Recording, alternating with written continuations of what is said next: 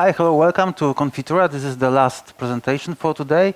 So if you are still here, it means that probably you take care of production, at least you should.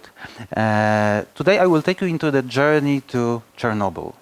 I will guide you through the three aspects of my talk, how to survive on production when something is collapsing. My name is Grzegorz Sztandera, and for multiple years I'm managing 3P, people, projects, and products. In the previous company, I was building from scratch DevOps competence center in the software house, and majority of the cases that I will present in the third part of today's presentation will be taken out of those real production cases. Mostly working in banking, automotive, and telco company. I am organizing, speaking, and training people to speak at TEDx events. As you can see, I'm an extraordinary traveler because those all pictures that I will show to you today are taken by me during my visit in the past in Chernobyl. Being in Chernobyl has some pros that, for example, I glow in the dark, so I don't need to light up the room during the night. Just this week, my novel about IT was published. So if you want to read 150 pages about the dark side of IT, so everything that we don't want to do or to have in our corporate life, you can dig into that, but I'm afraid that you may feel a bit familiar when you will be reading that. Okay, a short disclaimer. Those cases are from multiple cases, multiple products, multiple projects. You may disagree with that, which in some cases will be good because everyone has different experience in managing the issues on production. But I hope that you will find something useful today. And what is the most important, I will show you when we failed. Yes, so I will share when exactly, if I will be sitting in your place, I will be a bit laughing of myself because sometimes the cases that I will present here are really the ones that I will be not happy to have once again. Okay, so welcome to Chernobyl, and let's start our journey. I will shortly introduce you to the setup that I was creating and I was driving during my 4-year journey of creating the DevOps Competence Center. And it was what I was calling DevOps SAP plugin approach. DevOps SAP because we are taking care of development, support, operations, and maintenance, including 24/7. So all of the services in the middle that are presented. And from the one side, we had the customer. In the software house, usually you have external customers. Currently, I'm not working for the software house, so I have internal customers and stakeholders. And from the second side, we have the internal development, project management teams, and so on, and so on. So my team was delivering a lot of different services. Why plugin approach? Because there were some products that we were taking care independently. So from the very beginning of the development, we are taking care of the operations from creating the first environments. We are creating automation for that and so on. But sometimes there was a demand from the company or from the customers that we were plugged in for some time to identify what's going on, maybe to deliver the automation or whatever was needed. So my team was like a one-man army. With every single person, we are able to handle maximum 8 different customers with approximately 15 different projects on different environments like Azure, GCP, and so on. So really multitasking on a daily basis and also working 24/7. We were not taking care of the products that were just selling t-shirts. Yes, if you don't sell t-shirts for one day, you will have a loss in the company. We are taking care of the products that was participating in the processes that was really saving lives. For example, one of the products was responsible for the communication between the ground and the airplanes. I hope that when you are in the airplane, you are also hoping that the communication is working. So we were handling for one of the airlines this part of the business. And I will ask you, raise your hand if you know what is the e-call system.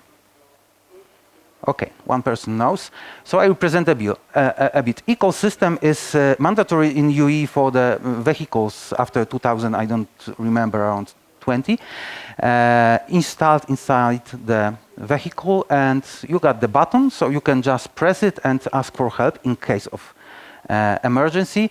And also the car is looking on the sensors around, and if it will determine without your assistance that there might be an incident or collision, it will try to call the help automatically instead of you, because you may be unconscious in that part. So this was the second main product that we were taking part of, yes, to be able to deliver help for people. So in case that our products will not be working, really someone may die, literally. And during 2 years of operations there, we received around 1.5 million e-calls, only for one car manufacturer in the world. And generally, every 1 hour, 100 of such calls can be missed. So during this specific talk, 100 of such events with one car manufacturer around the world will take place as a statistics. And approximately 5 in Poland, if we will divide it into different countries that we are the system was operating. So quite a lot. But from the technical point of view, we were located on AWS. We were responsible of handling from the service care perspective of the request incoming from the car. So when we have the incident, the car based on the SIM cards installed. So every brand new car, if you don't have any, I don't know, integrated navigation inside, or you don't have the phone inside, you got at least 2 SIM cards and at least 1 GPS module inside, yes? Even if you don't use it, if the car manufacturer is not allowing you to use it. And based on that, if you have an accident or you press the button, all of the data from the car, including the sensors, what has happened, for example, does the seatbelts were fastened or how many people were inside based on the sensors, is transferred to the PSAP, personal safety answering points. Sometimes it's just our emergency, but some of the companies has their own service centers for that. And based on the discussion with the people inside, or just based on the sensors, proper help is redirected to the place of the incident. I forgot to mention that regarding those 1.5 million, it seems like a lot during 2 years. Yes, but for example, the US market is quite specific because we discovered that there is a lot of e-calls manually pressed by people in US. And after some investigation, we discovered that in case that were not collisions, there were not the incidents, but people in US, they were thinking that this is concierge, yes? So they can order the flowers, book a hotel, or buy a ticket, or whatever else. And it was quite the funny story. So that was the first part, to give you the perception what kind of team I built and what kind of products we were handling. Now I will focus shortly, because this is marked as for beginners, what to do before the incident will happen, during and after. And what is the most important before? Of course, documentation. So please raise your hand if you think that if I will, on Monday, join your team, you will give me the documentation, I will understand what the product is. Okay? 3, 4 persons. It's quite a lot, I will say. I will not raise my hand here. So what is the most important? To be prepared. Yes, till it happened. To have the proper documentation, to have the processes in place, procedures, and also to test it. Because if we just have the documentation, it means nothing. If we don't know what is inside, we are not able to react in a fast manner. And for example, on the left, you can see one of the manuals for the end users of the application that I provided. My team built it and provided just for the silly cases, like clear the cookies or whatever else, to avoid such incidents and decrease the number. And on the right, you can see the Confluence.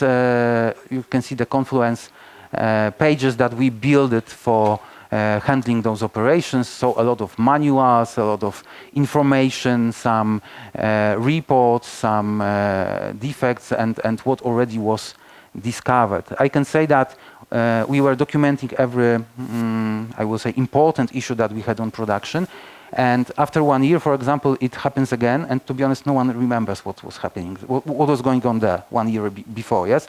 And maybe that person was not on duty during the night, but we had this documentation. So there was some specific situation that we were able to determine that, yes, this will be the same. So we were able to resolve it fast. Okay, we also performed a lot of outage tests. Every quarter we were, for example, trying to kill our pods, to kill our database, do whatever we may expect that may be needed to check if we are resistant to any failures on production. And on the right you can see, I would say, management view for the deployment procedure, because for every single point there was different procedure to follow by the team. But on the first look, when we are doing deployment, we know whoever joined knows what was done and at which level we are. Okay, so let's imagine that we are during the situation. So the critical situation, critical incident was provided to us. We have a problem with our application. What to do here? Very shortly, letter I at the beginning of every word, so information. Try to cover and gather the people and the information and the competencies as much as possible. And also, based on my experience, sometimes silly ideas are the best. Because I will show you later in the real examples from production that sometimes it is not a very extraordinary situation. Sometimes we are missing something very basic. We are not thinking about it because we are looking what may be really sophisticated here and why did it happen, and it is like a basics, yeah? So here we had the procedure for the emergency. In case of emergency, we're just following it. And also anyone who joined was able to see where we are, what is the status, what was done. Of course, all of the things were provided with additional documentation and procedure, what exactly to do. And when we restore our bridge and the trains can still be going through, what to do after it? So probably in the majority of the cases we will not provide the permanent solution but the hotfix. So we will need to think about gathering the knowledge, doing the retro, updating the documentation, the procedures, and also update what we want to do in the future. And prepare once again, because it will happen. Maybe not now, maybe not today, maybe not this week or this year, maybe in another company, but we should be prepared. And based on that, we had some, those are just templates for the root cause analysis and some lessons learned that we were filling out when the incidents were incoming. But let's deep dive into the third part of our journey in Chernobyl, so real production cases. You can laugh, I will not feel offended, because I also laugh sometimes when I'm reading what we did on production in the past, and I think that every one of us has some experience of doing something not the best and not the smart in the past. So missing the SLA. From my point of view as the leader of the team and manager of the operations, being on the front line of the business of the customer in case that something happens, missing the SLA is not the best case, because whatever is happening on production, even if we are not doing something sophisticated, even if there are no multiple problems, missing the SLAs brings the management attention, because we are on the Excels, on the KPIs, on the charts and so on, showed us we missed something, we are not delivering what was expected. And here we got just the automated monitoring ticket because there was an issue with one of our environments. We generally knows what to do, and we were not focusing, the team there was not focusing on handling those tickets, because if you close the ticket, the next one within 15 minutes, but the monitoring system will be open. So we stopped closing and we focused on resolving the issue. We were doing the fix delivery. We delivered the fix, and just why we missed the SLA? Because someone forgot to close that ticket. Nothing else. Yes, we did the job. So we left the bureaucracy. We focused on delivery. We delivered, and unfortunately, we discovered 60 minutes after that it was already breached. So that was the management point of view. Next case will be with the free calls. So when we had the application that customer was calling us, we were supposed to close the process securely. So confirm that customer the issue of what customer was calling was taken and will be processed. And unfortunately, this will be case of wrong QA, and there will be more of them that is incoming. So developers are writing the code and not taking care of production. QAs are testing but not taking care of production. So at the end, the DevOps guys and the operations guys and 24/7 needs to do everything else. What is happening from those two parts that are delivered. And here we received the report after deployment that we don't know why, but the end call button disappeared. Yes. So I don't know how it goes through the QA. I was not the project manager of that product. I was just taking care of production, but it was quite interesting case. Of course, the developers was providing to deliver the fix. The QA did the basic tests, but we breached the SLA because it was opened at the beginning and we closed it at the end. I will refer to the Jenkins because it was one of the cases affected with some Jenkins issue. I love Jenkins from the time I stopped working with Jenkins.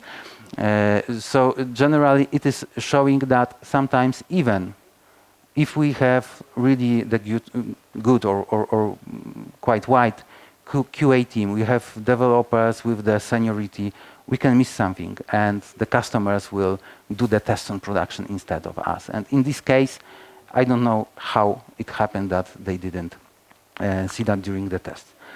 Okay, next one, 2FA, two-factor authentication.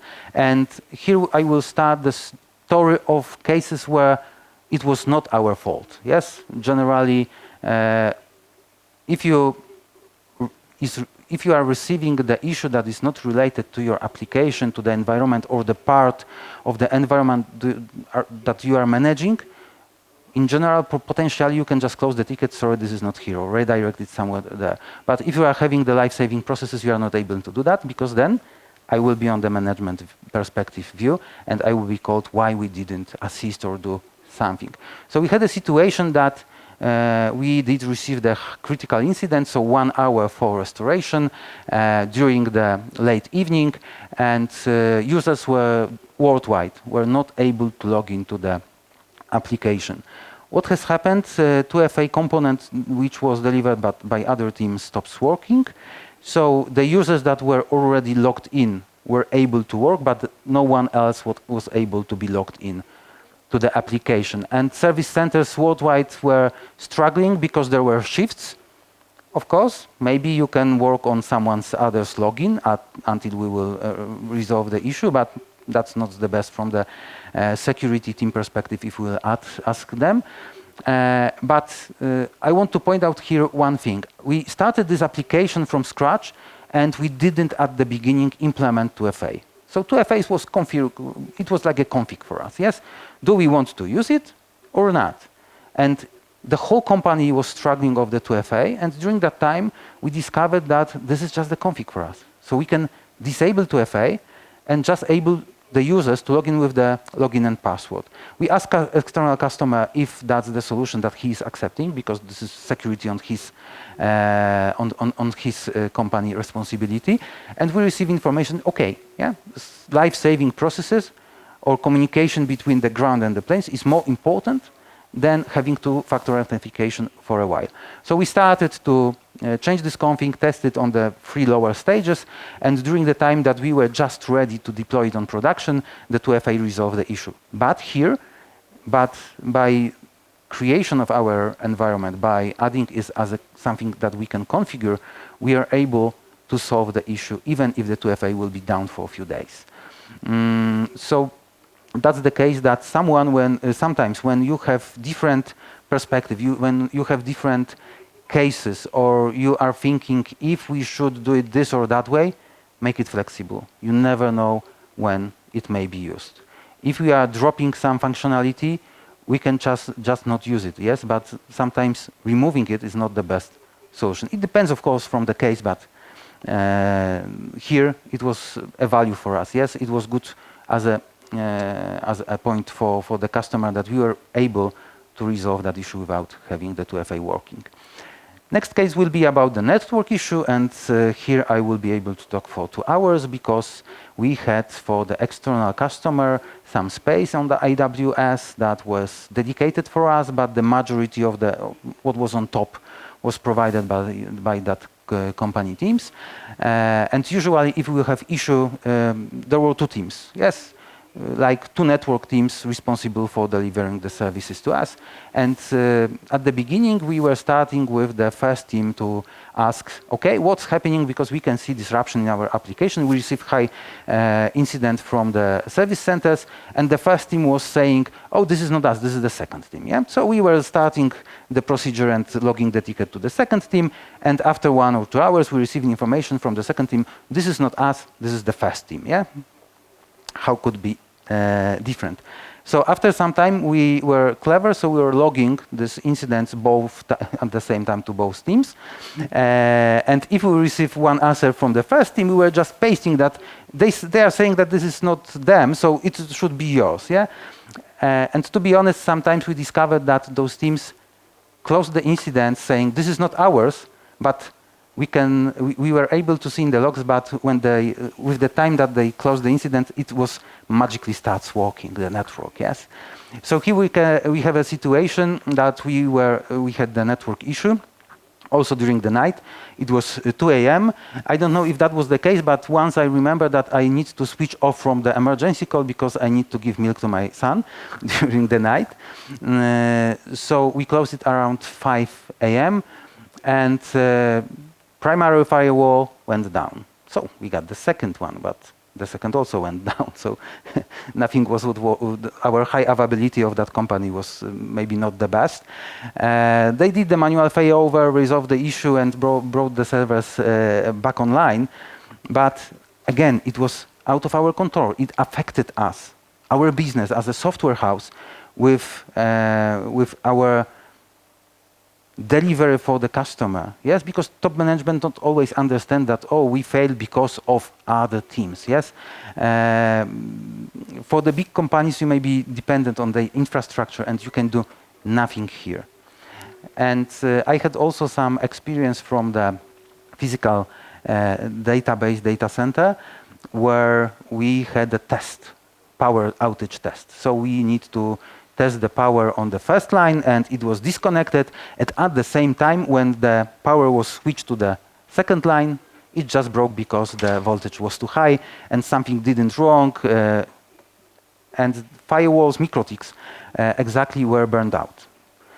It was not easy to find MikroTik on Wednesday. It is not in Żabka on every corner.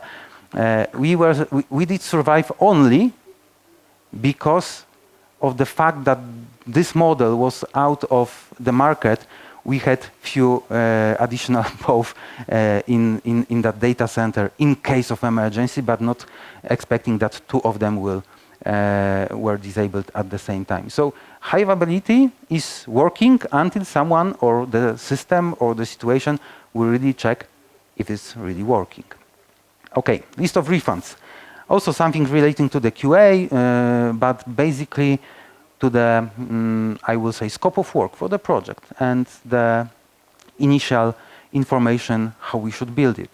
So we had a situation that new version was deployed, and end users reported that the list of refunds, when someone was calling us, was able to ask for the refund. There was a release. Someone can open it or someone can process it. Simple, yeah? But at the beginning of the story, no one put into the epic or story or whatever the requirement that there should be a pagination. So when we reach the specific number of those refunds, because they were not cleared out from the list, automatically the users has issue that they were not able to open it. They were, but they need to wait 1 or 2 minutes or something like that.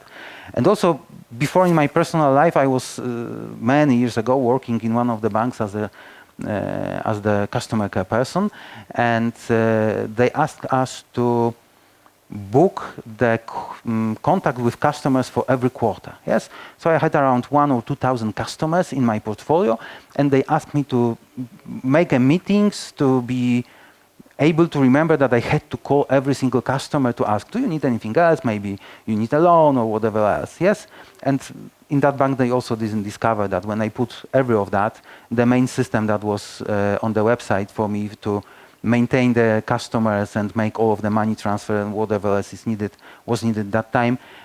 On the front page there was this list without pagination. So I was waiting 3 minutes after setting up of those calls when the time came to be able to do anything else. So once again, this is the situation that was given to us, to the DevOps guys, not by us. This is not the case that we provide the wrong Terraform or we didn't secure the proper resources on the environment. Here we didn't do the hotfix because we just say to users, please wait 2 minutes. It is not so critical for the refunds not to be able to wait. First in cloud. Are you in cloud or maybe not? Majority of services are right now are in cloud. When we, with one product, we're going to production with the customer, he was just starting to migrate his services to cloud. So we were like a first or maybe second service in the cloud. And it was quite interesting when we started that we received a lot of space. So not everything was clear, we were able to make a lot of our configs and so on and so on. But after some time, the team that was responsible for handling the top of the cloud said, okay, right now, every single day we will introduce the Terraform script that will bring us to production. Bring the configuration, the global configuration for all of the services. Yes, just to maintain the stability, not allow any people to make independent changes. If we need any changes, we need to report. Then after reporting, they will introduce it into the Terraform script, and after that, it will go live once or twice per day. I don't remember right now. So when they introduce first Terraform script, they just delete our configuration on AWS because they didn't include us. Because why? They made the web page for creation of this configuration, but we were before that on cloud, and no one asked us before to recreate or just to inform them about those configurations. So we spent quite a lot of time for discussion how to restore it. We changed our configuration. They changed the manually the Terraform script and running on production. So everything seems to be working fine after that one incident. But let's imagine what can go wrong. So what has happened next day when they run the Terraform script? Like a Britney Spears, oops, I did it again.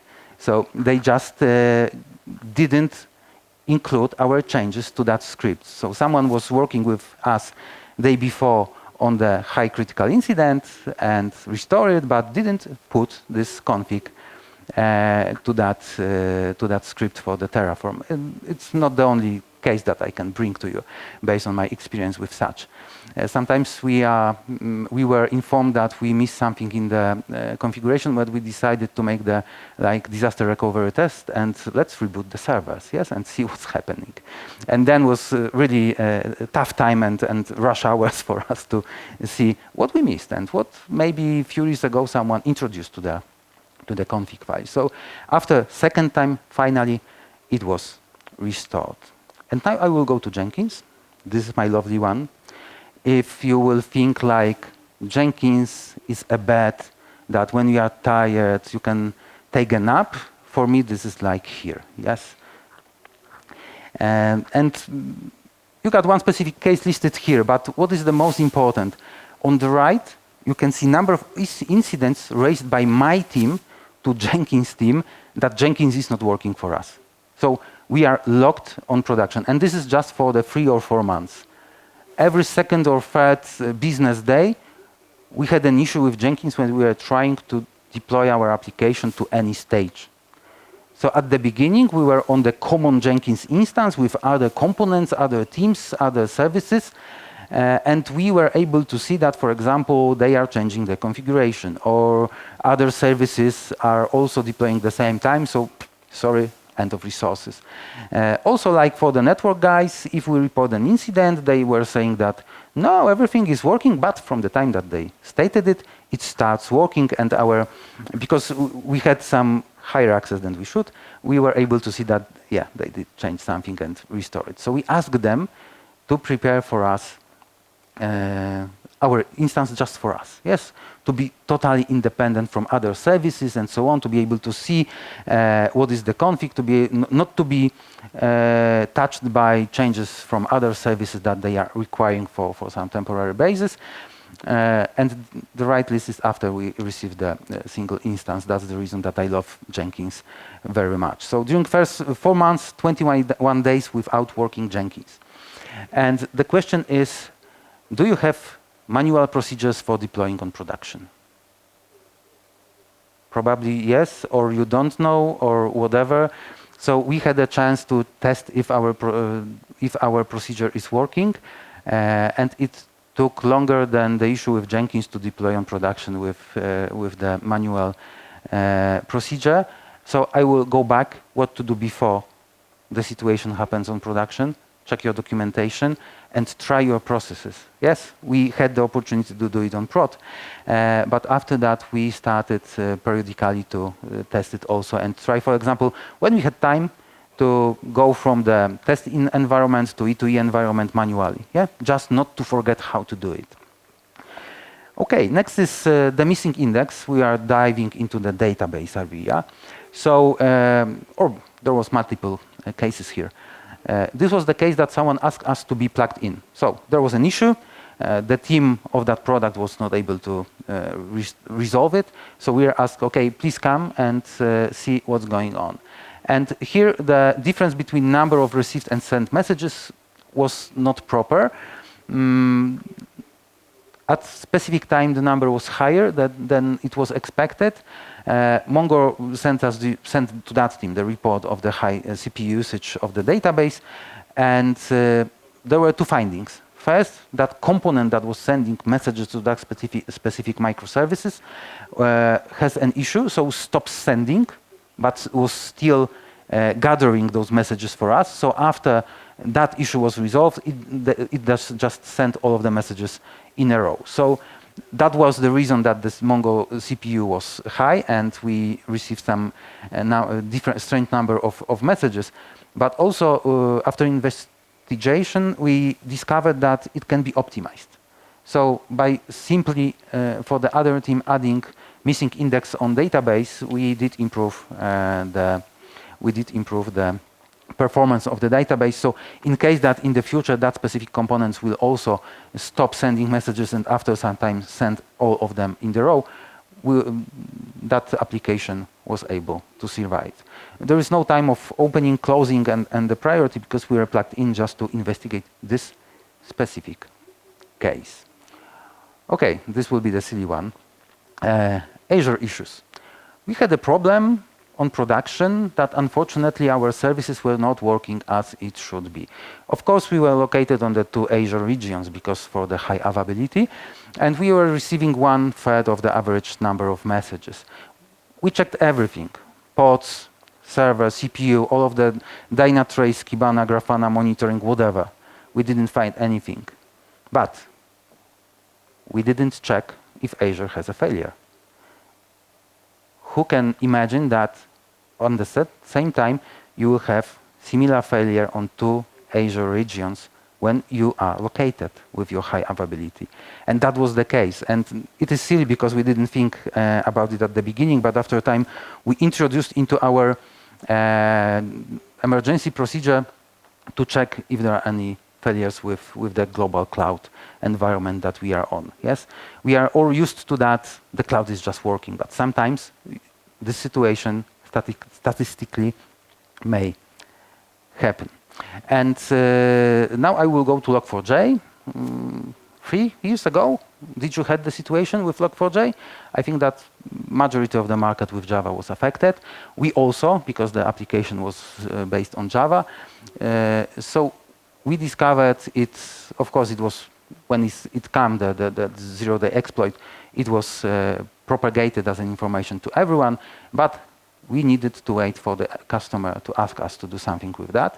We were preparing the application to upgrade the Log4j and so on, and we received at 8 p.m. This is important that at 8 p.m. we received a formal request for upgrading the version, and the operation was more or less successful. Yes, on production within 4 hours, 5 hours, we were able to go through all of the stages, make some tests, and deliver the product on production.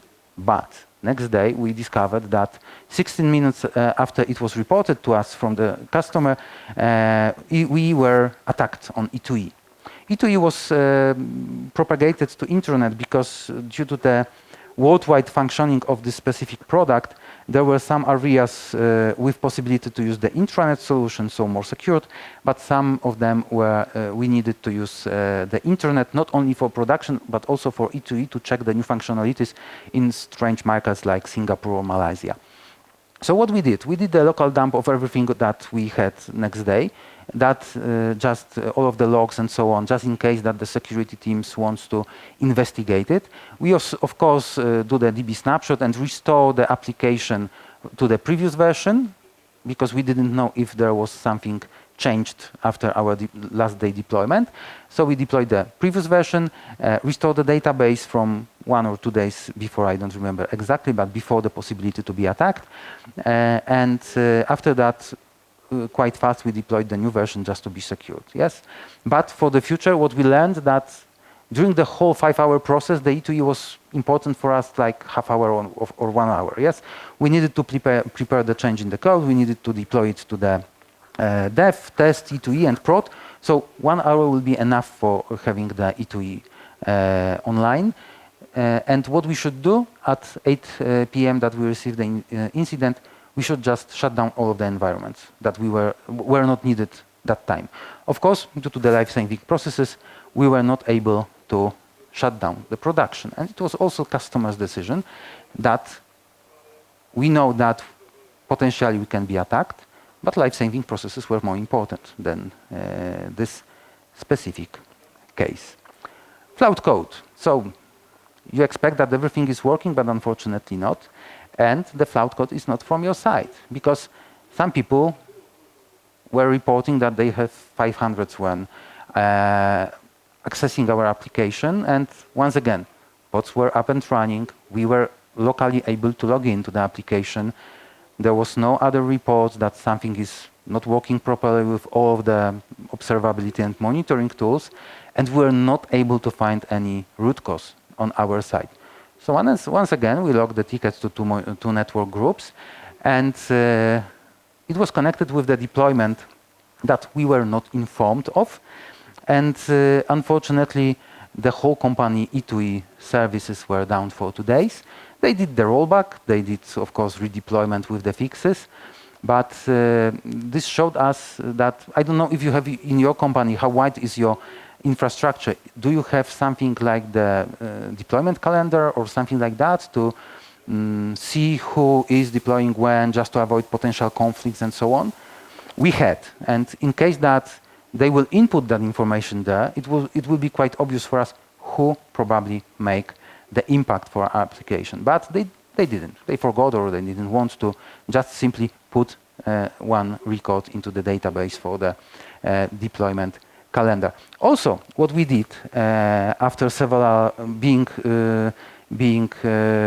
in fact not working on production due to not our fault, from the very beginning of the issue, when we start investigation, one of the DevOps engineers was looking into the incident reporting system if in the last hour any critical incidents were reported by other teams.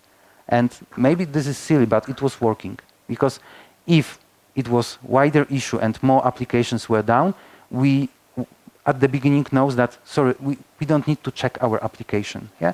We don't need to investigate, to deep dive into what may happen, or ask developers if everything is working. We were just having the information that it is something that is common for multiple applications and is coming from other systems. Okay, the limit. So, sky is the limit if we are in the cloud.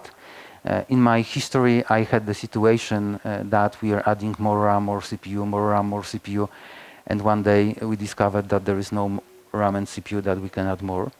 But here we were also plugged in for the analysis of the incidents, because number of dBs max usage was reached. And it was very simple because we go to the observability and monitoring tools, discover that DTU limit was reached, and we just changed it. As we were not responsible for this case on a daily basis, we just follow up this solution to the team and ask them to take care of that and discover why the DTU limit was too small.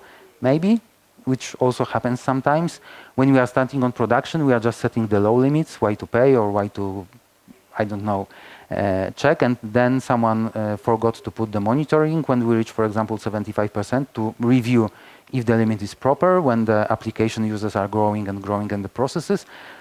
I don't know exactly what was the case here, but sometimes I have the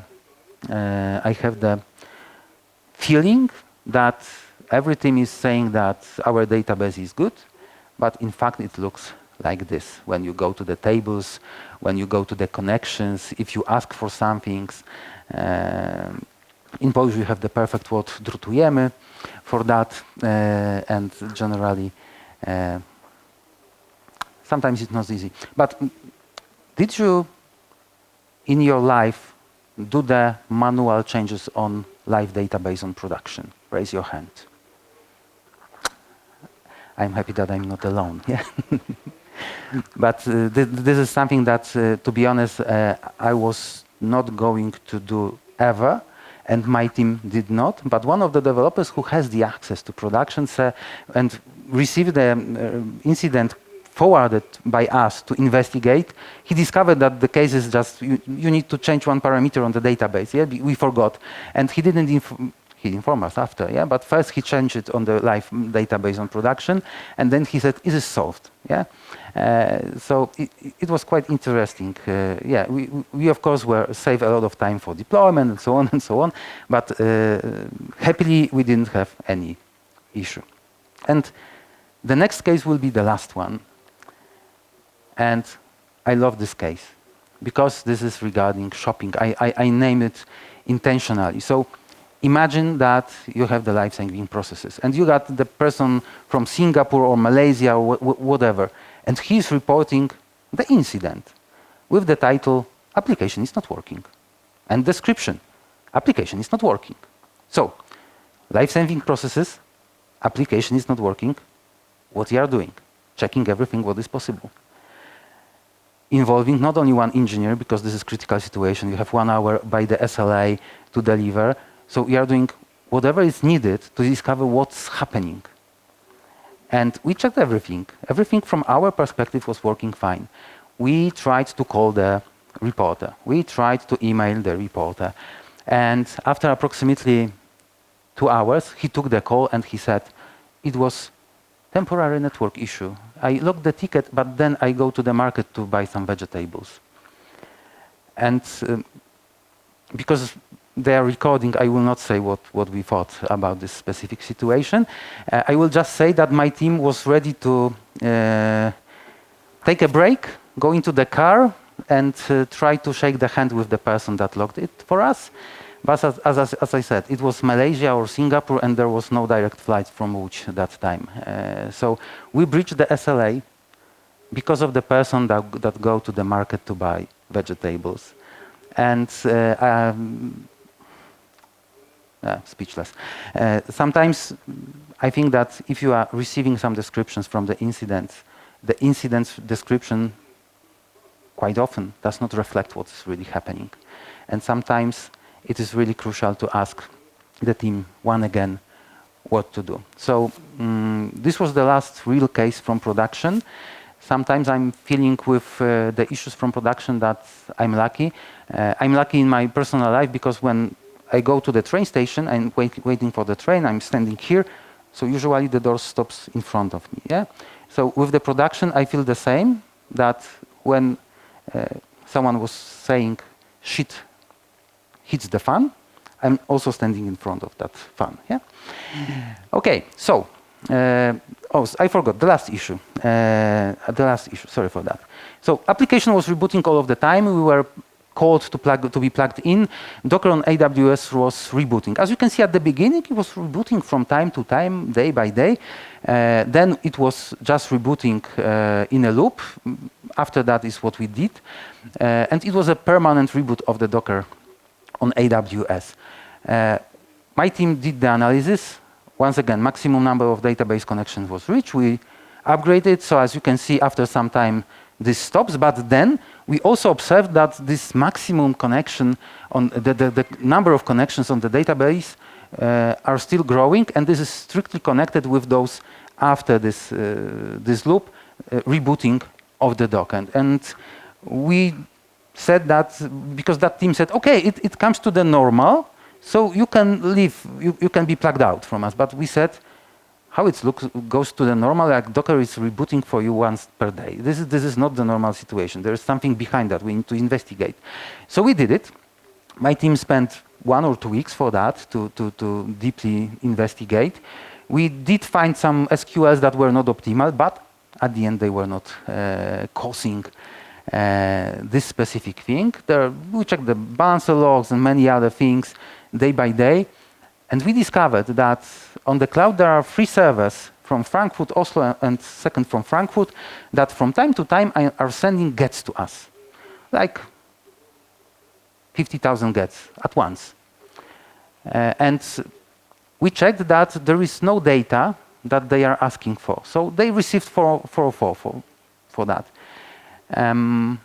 After investigation, because we as plugged in were not able just to simply disconnect those servers, which will be the fastest solution, we asked, what are the servers for? Oh, those are our old test servers. I don't know who connect the test servers to production. Don't ask me. But after that, they really shut down the servers. So to sum up, if you are impacted by the critical issue on production, and for example, this is the radiation in Chernobyl that if you will lie on this ground, you will have ongoing X-ray all of the time. No matter what is happening, and no matter how your backend is looking, sometimes you will be lucky, at least you will have the ball.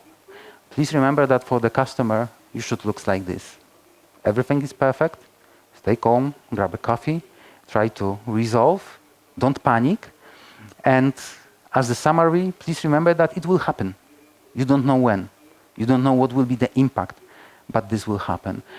Check your processes, check your documentation, execute it. I know there is no time for that. There is always something more important. Product owners, stakeholders are coming. We need the features and so on. Sometimes we need to stop. And sometimes we need to look what we have on production. Because sometimes spending 1 or 2 days or 3 days to clear it up, to test it, to check it, will solve us from the real critical situation on production.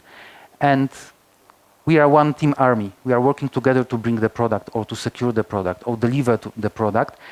And if we will have the 4 senior DevOps engineers, but working separately, 4 juniors can bring more value because they will just searching for the solutions and they will share the knowledge. So be a team, share the knowledge. Try to involve as many people as possible and rethink even the stupid ideas. Business context. Right now I'm the product owner. I'm giving to my team the business context as wide as possible because this is also bringing the knowledge and understanding what the application is built for. And once again, it will happen. You don't know when, but it will. Do you have questions? Please. I have a question about your strategy for disaster recovery tests. Mm-hmm. Do you have your disasters defined, so the scenarios that you're preparing for?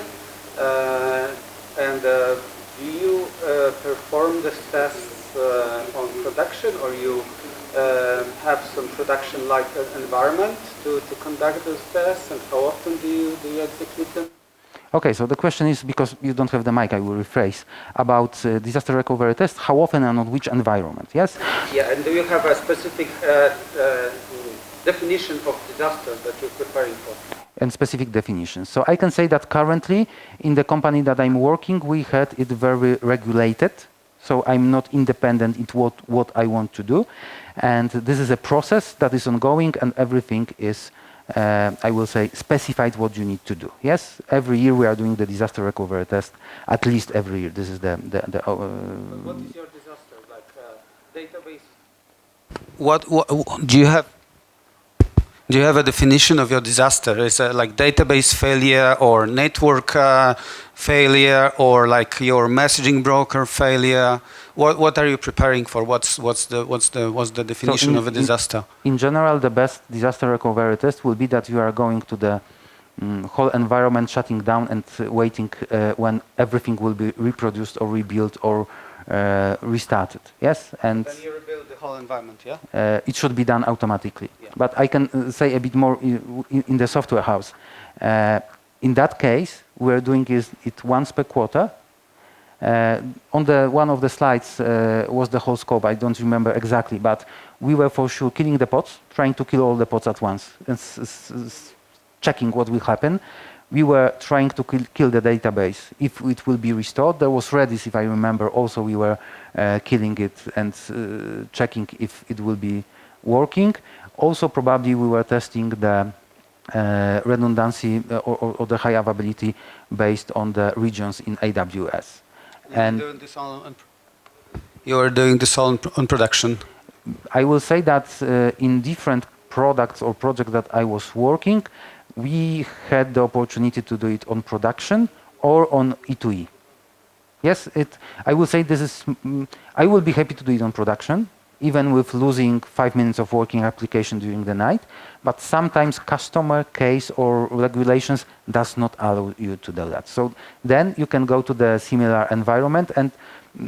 Okay, someone will say that E2E is not reflecting production. Yes, because you don't having so much resources, but you can use for the disaster recovery the same setup from production, just to settle up on E2E.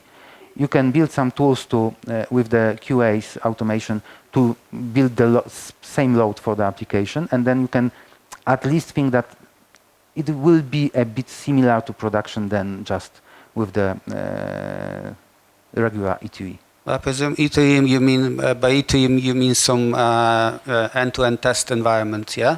Or is it so? Last environment before production, I can see that every product or every project can name the environments differently. So in this specific case, we have the dev environment, test environment, E2E, and production. Yes. So it was the last, and it was connected with different components. So it was like a test ecosystem that all of the other parties were connected. Yes, on test, on dev, for example, other components were not available for us. Yes, and we had to build our own endpoints for that, just to mark that they are working. So E2E was the mostly reflecting the production in that case, specific case.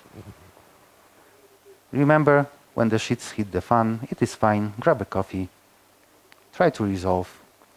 Thank you very much. It was a pleasure to be here. I'm very happy that you care about production, because in other way you will not be here. And at the end, because I said that I am lucky with the trains, this is the proof. Not one.